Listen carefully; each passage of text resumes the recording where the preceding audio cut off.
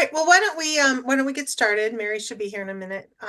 But first I'd like to say welcome to everybody for wanting to build your business and for wanting to, there she is. It is Teresa. It is her. Yes, Teresa. Hi. I'm Um, your first MENA member. Yeah. Yay. For wanting to learn from people who have been um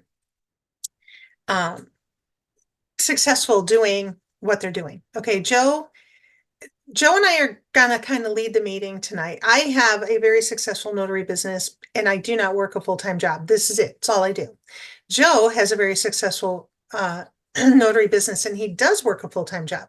So the perspectives are going to be a little bit different. There are people who are in both and some are like fluid, like I know Naveen has a lot of availability during the day because she is self-employed in her other job too. Joe happens to be W-2 employed, right? I'm assuming. Correct. So Yep. it's a bit different when you're self-employed doing something, two or three different things, than it is doing just your own thing and just that. So, Joe, um, tell tell us when you got started and like what you did to get started. Give us a little background on yourself, please. Sure. Yeah. Hi. I am an IT professional. I've been working in a corporate IT support space for about, I guess, now 25 plus years at a handful of different companies. Right now, I'm working in the IT service management space at Flagstar Bank headquarters in Troy, which also happens to be, I guess, where I live.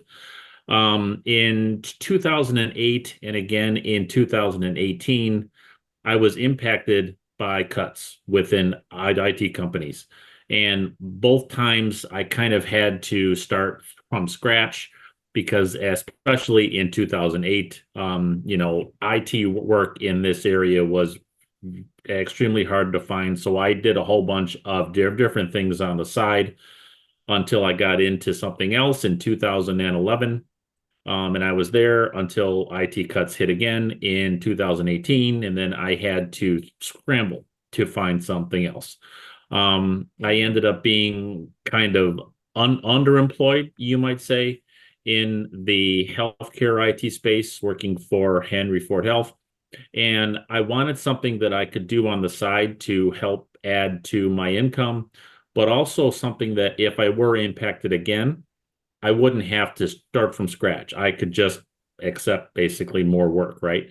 So I saw all of the videos online. You can become a loan signing agent and make $8 million a year. I'm like, oh yeah, I'm in.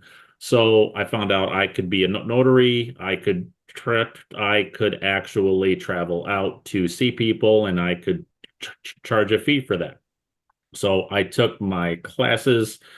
I became a loan signing agent, and I did that for, I guess, 1 year, and then I slowly had learned more about being a loan signing agent. Maybe I can't charge $175 because that goes against what they say I can charge in the state, right? And then I found for me it was more lucrative here in our state to just do general work on the side.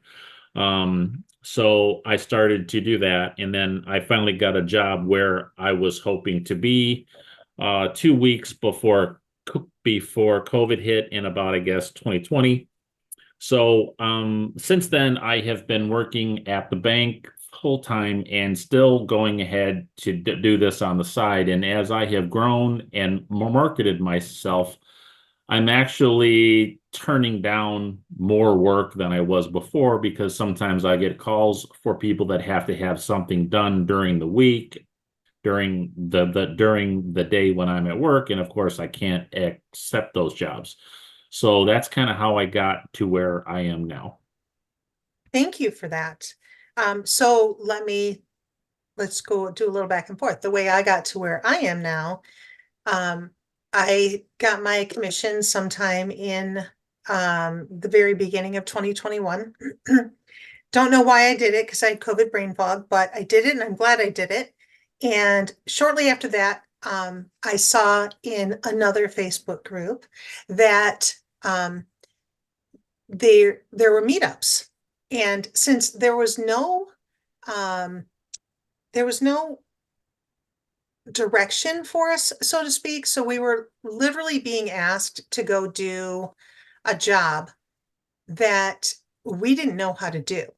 So I took the NNA loan signing. I watched a whole bunch of videos because back when I got my commission, it took about 6 weeks from the time you applied to the time you got your commission. So I used those 6 weeks to just sit in front of the TV, the biggest one in the house, so I couldn't ignore it, and watch loan signing. So I watched and watched and watched, and I learned and learned and learned, and I read everything I could online. And I realized that you can go into a Facebook group that's established or not established, and you can ask a question, it's already been asked.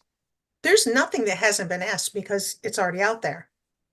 So the problem for me came in when I kept seeing meetup and I didn't see any meetups. And so I was like, I have a Zoom, like, let's meet up there. So a whole bunch of people joined it. And then they're like, can we do it again? And it ended up to be one after another after another. And Debbie joined me and she ended up joining and being my, you know, my co-host, so to speak.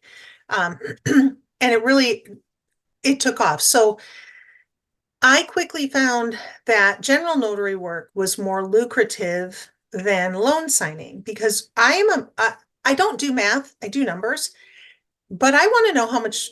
No, I'm sorry. I don't do math. I do letters. So I want to know how much I'm spending. I have run enough companies to know that I have to know my income and my expenses. I need to know how much I'm spending and I need to amortize it. How much is it breaking down to?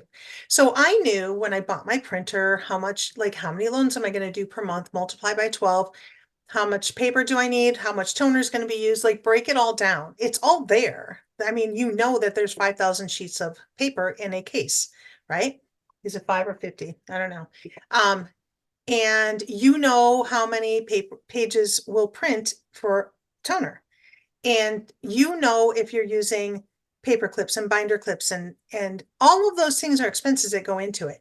And when I sat down and I realized that Michigan allows us to charge $10 per notarization. And I opened up a refi package and there were 13 notarizations in there, plus my paper, plus my expenses, plus my gas. I was losing money on loan signing. I could make more. It's taking me headspace time. And I went, nah, I need to pivot. So how can I make this happen? It didn't take long for me to get FOMO with my friends who were all part of my local chamber. And so I joined my local chamber. I took a leap of faith and I paid a lot of money. What was a lot of money then? Because as a, here's $10 per notarization, $250 I paid to join my chamber and it has paid off. However, I do it full time. I want to know if you guys will pop in the chat if you do this full time or if you have a full time job. I want to know the answer to that so we know which way to lean mostly, not that we're going to ignore anybody the opposite. So if you can all pop that in the chat, I would appreciate that. I just want to know where we're at. Can we do a poll in here? Well, it's too late for that. All right. Aiming for full time, but where are you? Heather, are you working a part-time job already? Part-time. Okay. So Hannah's working a part-time. I get where you want to be. I want to know where you are right now. So do you have another job that you need to concentrate on during the day and you're fitting this in? This is all to help us get to that point where we can. Okay, so it looks like most everybody has at least a part-time job. That's good to know. Okay, so I don't work around part-time job. I don't work around babysitting the kids. I don't work around anybody else at all. So I'm going to let Joe take this from here. Joe, what did you do to build your general notary work business? Yep. So the first thing I did was I built a Facebook business page, which is free. And I went to Vistaprint and I created a card based on the templates there, front and back. And then basically I told everyone who I knew via Facebook, I'm a notary. Let me know if I could help you out, right? Then I learned about a Google My Business page, which is also free. So I built that out, right? And then within like a week, somebody who I know hit me up and she said, "Hey, I need a notary. I'm in St. Clair Shores." I'm like, "Cool, I'm a Troy." Boom, I shot out there and I helped her out. And she told her friends, and I kept talking and telling people. And slowly, that was probably in the first part of, I think, 2019. So things just kind of evolved from there, right? I kept going with my pages on social. I kept my page active on Google. I would upload images once a month. I learned that if you keep active, that helps the algorithm and everything. And I slowly got a review here and one there. And as you get those on Google, the algorithm works right. Um, and then everything just I guess, grew from there. That's how I started to get work.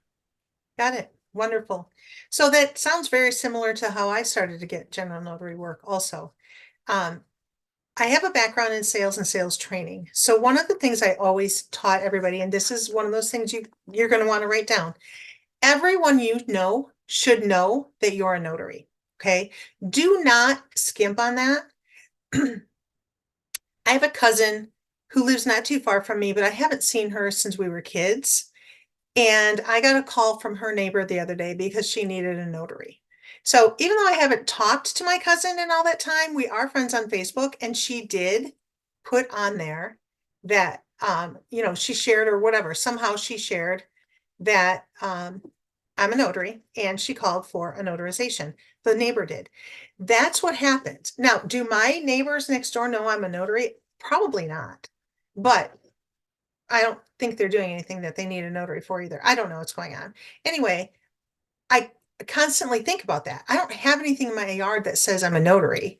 I don't talk to these people, but if you think about it, everybody you know should know. So at some point, I'm just going to walk down the street and put a sign out, your neighbor's a notary. I know the lady around the corner does. She knows because she's used me. I've used her. It's kind of convenient. But how did she find me? She found me from my website. Okay, Google is powerful. Now, back when Joe and I got our Google business pages, it was a little bit easier to verify your Google business page. Okay. So right now you can get a free Google business listing. They no longer offer a website. Okay. So you have to get your own. I got mine through sapphirepup.com, like the color sapphire, PUP, like the little dog.com. And it was very, very easy. Go in, create an account, and create your page. It was so super easy to do this. I'm very happy that I went that route. But I had to do something because I couldn't lose my page. The nice thing was I was able to get a new page because when I was new to all of this, I believed the hype. Okay. So I actually named my business Mobile Notary and Loan Signing of Macomb. And then it was .com because I'm a loan signing agent. Gosh darn it. And then I found out that Michigan doesn't recognize loan signing agents as anything other than a notary. And then I realized that when you go to the UPS office or the banks or Chamber of Commerce or the library where they offer notaries, nobody says, I notarize wills and powers of attorney. Stop doing that. Just say you're a notary. Because if you pigeonhole yourself and say what you notarize, and someone has this one-off page that needs it notarized, they're not going to call you because you don't have that listed. Don't list anything. We notarize signatures, not documents. And when we can remember that, we stop pigeonholing ourselves. But back to the page, you need a website, and you need on that website to show that you know what you're doing. I see so many websites that are really super cringe. I don't, they said it, they forget it. These are not crockpots, people. We need this, okay? We need to make sure that we are keeping our pages up. So what gets me a lot of business is that right on the very front page of my website, I say that I charge the state fee of $10 per notarization plus a travel fee. There's no question. Okay. Nobody has to call and go, how much does it cost? I mean, some of them do, but they already know because it's right there. And I have had people say that they dug through my page to make sure I knew what I was doing because there's no way this can go sideways. They will wait for me for the next day because I've proven that I know what I'm doing.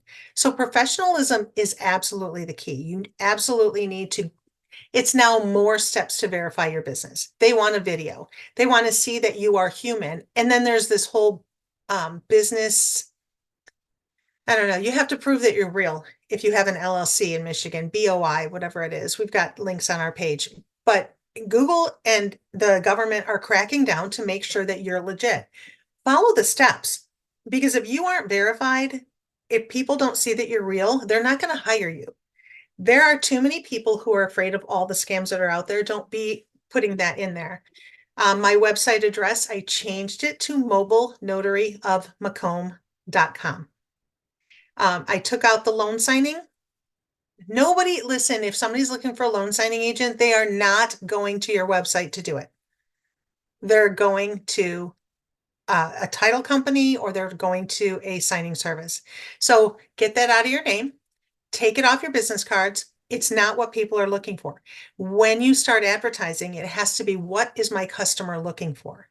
They're not looking for a notary who notarizes a will. They're not looking for a notary who notarizes a power of attorney or my loan modification. They're looking for a notary, period.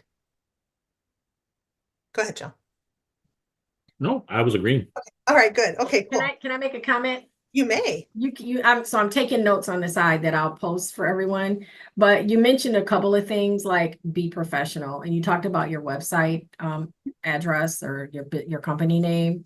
So again, when you are coming up with your business name, I have seen notary businesses with names like, I'm not going to use the specific one, but like Sexy Signings. Okay, I've seen that. that is not professional. That was Joe. We talked to him about that. I'm glad he took the So Yeah. make sure that you're picking something that is professional and that gives the vibe of professionalism. Because if I were a company called Sexy Signings, I feel like the customer might be expecting something different than what I'm offering. So just keep that in mind. And I So- know one. Oh, go ahead, Joe. No, I just wanted to expand on that. Be professional, use your name. Yeah. The second half of that is you're going to build a website. It doesn't have to be a complicated 100-page website. It can be something like mine is on Wix. Mhm. I built it, drag and drop. It's only like 4 or 6 pages, basically. But you're going to have a domain name or 6, like I do, and that's going to be your website. Take advantage of that and use the email addresses. Use Joe at your website, not Joe, but that's me. Use like your name at and your website address. Yeah. Please don't go through the trouble to get cards and build a website and use your name at hotmail.com, your name at Gmail. People talk about that back and forth, but at the end of the day, you look like a fly-by-night organization, basically. So you already have that name for your site. Use that for your email addresses. That'll help to make you look, I guess, professional, which is what she was just talking about. The Hotmail, the Yahoo, the AOL. Listen, don't mix your business with your personal. If it's a business email address, keep it business. And don't use those AOL, the old ones, because it ages you. People will know you're an old person if you come up with Hotmail. My brother is 75 and has a Hotmail email address and he won't change it. Like, no, don't do that, okay? If you're going to go not use your website address, because not everybody has a website that you can have an address, right? Use Gmail. If you're going to do that, use Gmail. So mine goes to my Gmail, so everything that goes back out looks like Yes. it's coming from me, but it has my name, it has my full name, and it's Leslie J. Hocker. So it's the whole thing, it looks professional, okay? There's one thing that I see on people's websites that I don't like, that does not make me feel comfortable, and I don't want to hire them. People need to know who they're hiring. If they're going to open a door to someone, have your picture on your website. Okay, it doesn't have to be giant, but it needs to be so they know who's coming. I see, okay, let's just use Joe's notaryofmichigan.com. Now, it's been a while since I've been to his website. But if I go to Notary of Michigan and there's nothing that shows me who Joe is or who I am, if there's no name and no picture, I'm hiring a stranger. I'm not comfortable with that. I don't want that to happen. So we, make it personal, make it personalized so that people know who they're hiring. Okay. All right. So we've stressed that enough. Joe, let's talk about travel fees. How do you set your travel fees? Great question. So as like I said, I got on board, I learned here in Michigan, thankfully we can charge our 10 plus travel. And then I'm like, just like everybody else, what do I charge? Right.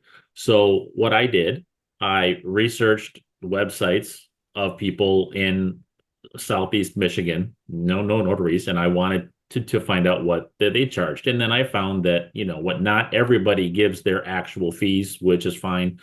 So I cold called. I said, hey, I'm in Troy. I have one document. I need no notarized. What's it going to cost? Right. Some people charge, I guess, per mile. Some people charge a fee that's flat.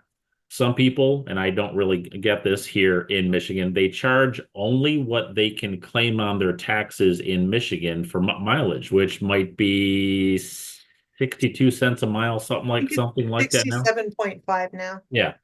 I completely get in some states that's all you can charge, which I don't get it. But here in Michigan, don't sell yourself short. Just because you can claim that doesn't mean you have to charge that, right? So I kind of bounced it around, and what I went with is a flat fee. And here's why. I can be driving in my car, and somebody calls me, two hands, of course, on the wheel, and they say, what would it cost to have you come out to my house in Troy? Am I going to ask them, what's your address? And then I've got to stop, type it into the thing, and find out that they live 8 miles away. And I'm going to charge them X times 8 to go out there. To me, that is complicated for me. I want to be able to give a quote over the phone. I want to be able to sound confident, like I know, I guess, what I'm doing. So I came up with a fee that's flat in Troy, and then I have a second fee outside of Troy. For me personally, I try to keep it a half hour away, give or take, right? So that's how I came up with my fee. I charge within Troy for $40, a flat fee. Now, yes, I might have somebody 1 mile away, but I also have plenty of people much further, so it does all work out. Now, that's not to say that I have had somebody on the phone and you can kind of understand their situation. Sometimes, you can get their tone. They're either upset, they're either anxious, they either don't have much money, and I have quoted them and they were like, I'm kind of in a pinch here. If I see they're close, I'll adjust. I'll cut it in half. It's not really set in stone. But anyway, to answer that question, that's how I charge for mine. That's great. That is very similar to what I do too. I do offer a discount to referrals from anybody within my networking groups. So I did a lot of research too, and I actually started my my travel fee at like $20 because I didn't know.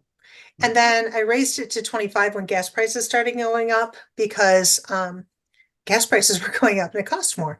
And now I'm settled at 30 for now, and that's a base fee. However, there are people who, like Joe said, can't afford it. Okay, and I offer, if you want to meet me at the corner, it's only $5. $5 for me to leave my house. Now listen, I have read over and over and over again these posts where I know my worth. And I am not doing anything for under $100. And you can say that all you want, but you can do that job one time and you will not get referrals and you will not get repeat business. You might get one or two, but the rule of thumb is you can make money, a whole bunch of money once, or a little bit of money a whole bunch of times. Which do you want? Do you want to stay in business or do you just want to be in business? Okay. So there was a woman who lives in a not, I don't want to say she's near me. She's probably nearer to me than say Joe is to where I am. But her area that she lives in is not, it's probably lower, closer to the lower end of lower middle class. Whereas I'm kind of like in the like cushy medium, whatever it is. And there was a notary up there who was charging $50. She lived in the middle of this place. There was nobody more than 3 miles from her, and she wanted $50. And she told me there's no business in my area for mobile notary. Well, I was going to her area for $25. There was a whole bunch of it. I'm like, if you lower your price, I don't have to keep going up there. And so she lowered her price and she does notary work all day long now. So you can, like I said, you can get the big money once, but you're not going to get it again. You're not going to get repeats or referrals. And what we want is to keep our business steadily growing, because every time somebody refers you, that's more people to tell more people that you do what you do. Okay. So,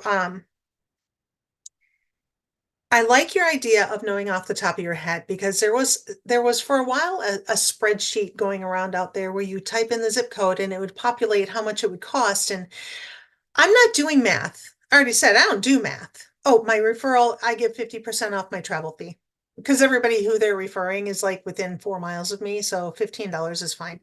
And I do let them know that, so that they know. You've got to let people know when you're discounting, because then they'll ask for a discount. Do you have a veterans discount? Do you have an over 55 discount? Like, yes, I already gave it to you, but if you don't tell them, they're going to ask for it again. Anyway, where was I before that?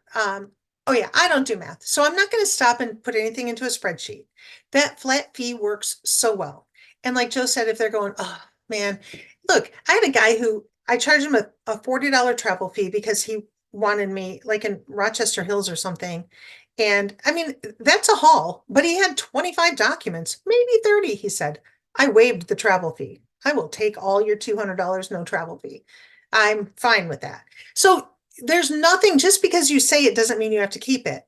I had a lady call me one day and she's like, this is my address. I need you this day, this time, which is what my mantra is. If you need me this day, this time, if I can't do it, I'll find someone who can, because the client does not need to go back to square one. They're already dealing with stuff.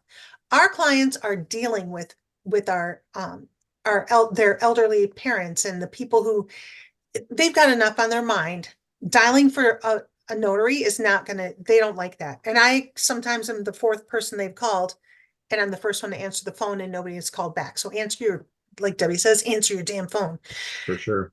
But so she gave me the address. I told her it's a $30 travel fee. She told me there were 4, 5, 6 signatures. She didn't know. I said, that's cool. We'll figure out when we work there. That's why I do not give you a quote on the phone. The quote is $10 per notarization plus a travel fee. Where do you live? Because if you say, oh yes, it sounds like it's going to be $100, now you have to ask them for 115 or 120 because there were more, right? You don't want that. So I get there, she's like a mile, not even a mile from my house. And so when we go to settle the bill, she goes, okay, and it was a $30 travel fee. And I just laughed and I go, I had no idea you were so close. I said, it's a $5 travel fee. She goes, really? I go, yeah, seriously, it's not even a mile. My heart will not let me do that. She called me back a week later. She had more to do. So the second time I didn't even charge her. Like literally, they're that close to me. So you'll gain more customers, but on the flip side, there's going to be people who will be like throwing money at you. So you might get a tip. I get tips very often because I have great bedside manner. I will sit and be the most patient person in the world, and people will appreciate that. And so sometimes people say, I'll say who, you don't want to say who's paying the bill, right? There's all the brothers and sisters, the kids, everybody in the room. I don't remember who called me. And so I'll go, do you guys need a receipt today? And they'll be like, oh, no, we don't need one here. And like 4 people will pay me, and I'll be standing there with all this money and going, no, no, no, no, this is way too much. And literally 4 people have never paid me, but 2 have. And they both wanted me to keep it. And I kept it because if somebody's giving me money, I'm keeping it. But yeah, so be flexible with that travel fee. What I don't want you to do though do not discount your services simply because you're new, because it does not make anything less legal. You are still going to court if you do something wrong. So don't make it cheaper just because you're new and you don't know what you're doing. If you don't know what you're doing, take the class with the Michigan Notary Association. We'll get you there. Debbie, you have a question or a comment? Yes, and don't discount your services for your friends because they're your friend. If they're your friend, they'll want to support your business. So tell them what your fee is. Yeah. They'll pay Your it. friends own a store, they're charging you full price. They're gonna, right? And if you don't Or know you these, want to pay full price because you want to support your friend's business. yes, yes, we're all out here to make money. Yes. All right.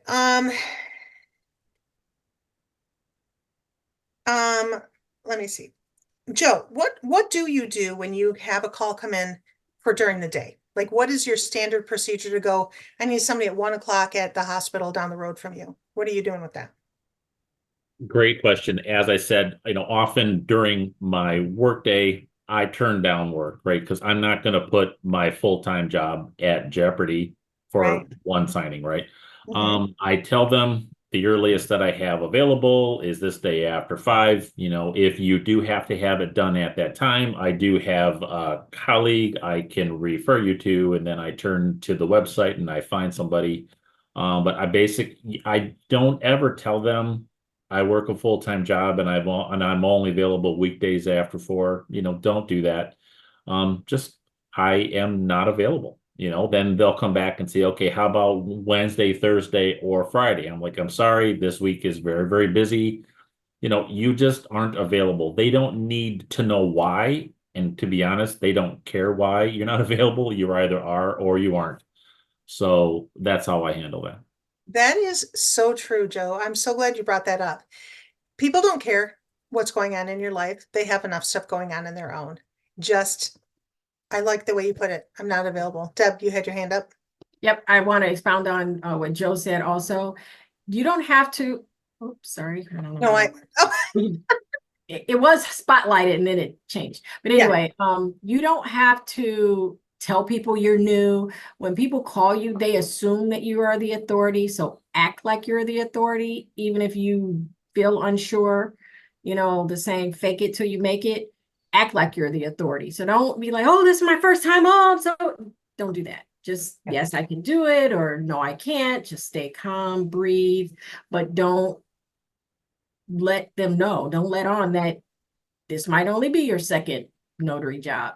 They don't Mhm. care. They just want their stuff notarized. That's right. That's right. It's not about you. Like, you will lose people if you start. Don't walk in and say, oh, I'm sorry I was late. Like, don't draw attention to things like that. Don't go, oh, I don't feel well today. It's not about you in any way, shape, or form. It is, if you've ever taken a sales course, you'll know it's not about you. It's about the client 100%. I had um, a couple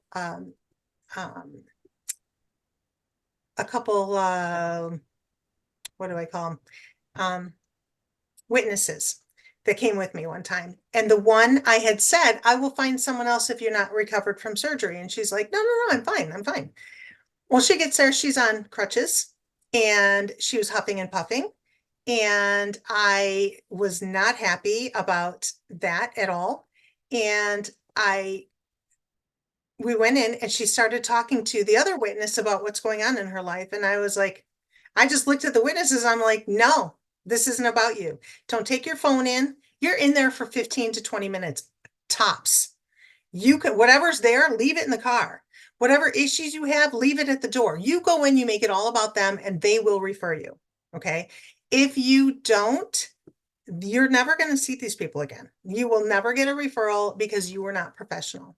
Okay. So my thing is to make sure that everybody knows what needs to go on when we start. Okay, so before we get there, we need to arrive. You need to arrive to the driveway 5 minutes before so that you can get to the door at the time they're expecting you, because punctual is everything. Okay. But I want to go back to something, Joe. when you and I were talking about this, we were talking about keeping card costs down and like what you went through in the beginning with your business cards and all of those things. So what was that like for you as a new notary getting into this? And then what has it evolved to since then? Sure. So as I said, when I got into this, I was actually, I guess, underemployed. So I guess cash was tight.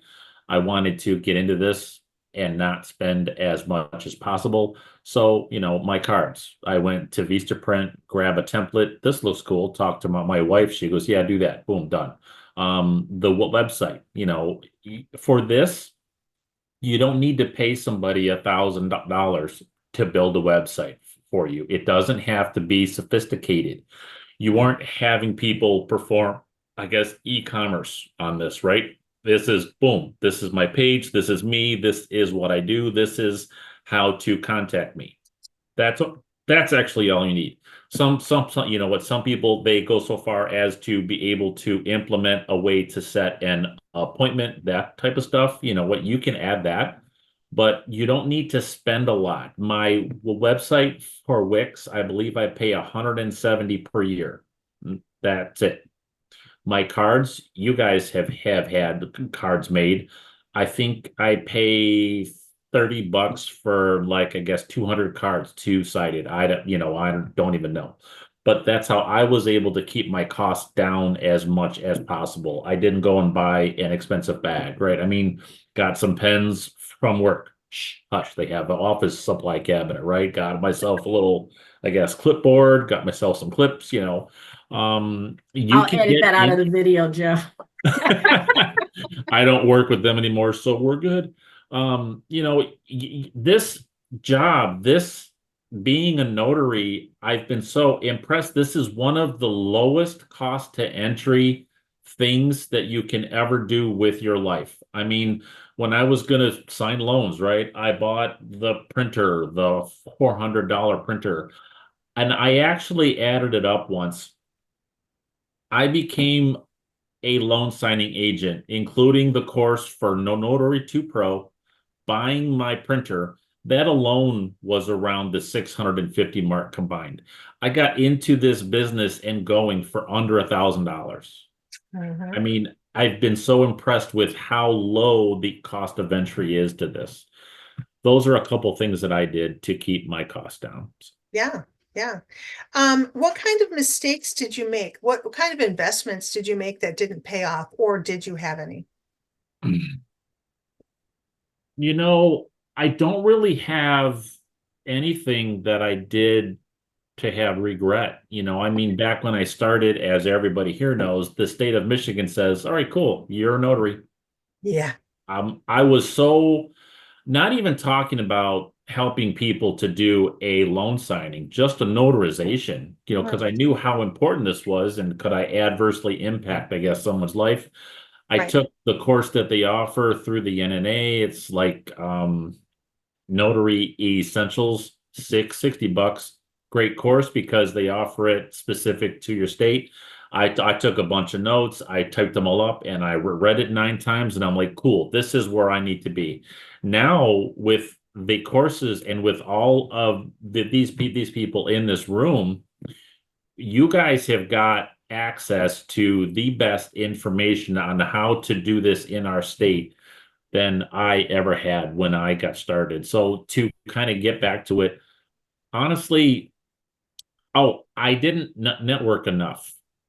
And Mm, that's something I'm starting to do now. Last year, I joined the Troy Chamber of Commerce based on some conversations that I've had with Leslie, right? I'm the only notary in the chamber, so I've got to leverage this. I haven't done that yet, but I have to. I just have to get out there, meet the people, talk to people, ask them how I can help them, put them in touch with some people and make this work. So I did not network enough. And I don't mean go to a network meeting and talk about me for a half hour. You guys probably know that isn't really how it works. So I've kind of had to learn how that works. do that more. And once you get all of your stuff in place online and your cards and you start to network, and you don't just hand out your cards to everybody on the street. You need to hand out your card with a purpose so it doesn't end up in the trash. Very good. Network. That's what I wish I did more of. That's true. Very true. So I'll get to the networking in a second. One of the things I did when I was new was I had coasters made. This was probably the number one investment. It cost me $350. I got 500 coasters. This was my logo, my very first logo. When I got called to a nursing home, I took these in, and every single desk I walked by, I dropped one down. You can walk into most of the nursing homes, they're still there. I have had this on my desk for something like 3 years, and it still works fine. This is the best marketing piece that I came up with. Kid you not. It will be, you can get your own made in the MINA store very soon, just saying. But I joined networking. And what do you do in networking? What was that question you had, Hannah? What kind of networking do you wish you had done? So I've been in networking for a very long time, like previous jobs too. So I learned how to network back then. And Hannah, where do you live? Are you near here? Are you Southeast Michigan? Flint. Okay. All right. So it's probably a long drive for you for Saturday, but we're having a networking event in Troy on Saturday. Oh, you are? Yes. So in Troy on Saturday, we're going to get together and we have a fantastic lineup.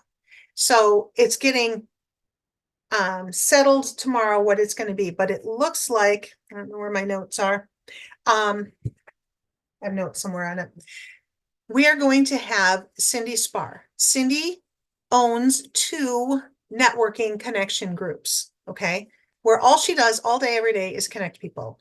You'll be able to join that if you want to, and she will help you connect with other people across the state, okay? She's going to talk about networking and how it works. She's hoping to bring with her 2 guests. One of them will teach elevator pitch, and the other one will do a DISC assessment on you. And if you're not familiar with what a DISC assessment is, it's going to tell you what your personality type is so that you can help come out of that. My thing is, you cannot look. I'm going to call out Naveen today, and I'm going to call her out on Saturday. And she knows this. She sat in the car going, "Don't do this to me." I did tell her. Listen, Naveen was outwardly very, very, she called it socially awkward. She didn't seem that way to me because she knows that she has to fake it. You can't make money if you're in your comfort zone. I'm sorry, but that's not how it works. If you want to make money being in your comfort zone, find your comfort zone and get a job in that comfort zone. But you're not in that if you are in any type of sales, and you are all in sales doing this job. Okay. So you have to be okay with not being okay.